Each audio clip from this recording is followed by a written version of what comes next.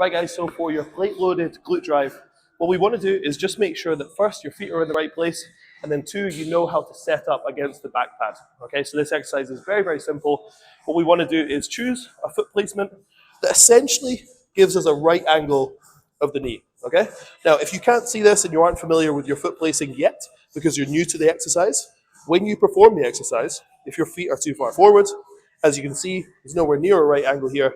When you drive up, you'll feel it largely in your hamstrings and not as much in your glutes as you would like. And then also similarly, if your feet are too close to you, you'll feel it a lot in your quads and again, not as much in your glutes. So you can go off sensation for that one.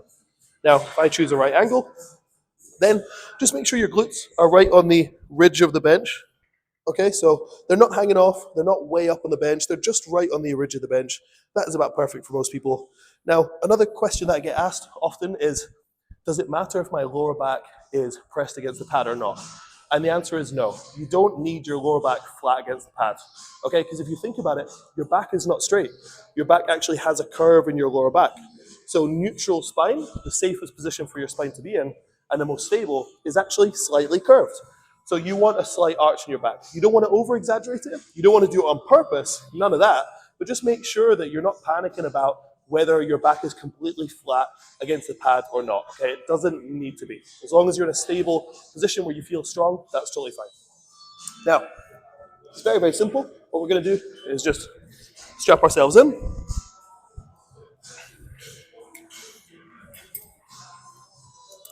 once you do that, just make sure that the pad is across the crease of your hip. We don't want it too far up or down, that's totally fine. Now you're going to just drive your glutes into the air. The machine can be released like this. Hold into the machine for a feeling of stability, and you're good to go. Now I would control slowly on the way down, reaching the point where you no longer feel it in your glutes, and then drive up with your glutes, pause at the top in the shortened position, control on the way back down. Drive up, brief pause, control like this. Drive up, brief pause, nice and controlled, and just make sure that the entire time my chin is tucked into my chest. I'm looking at that back wall the entire time.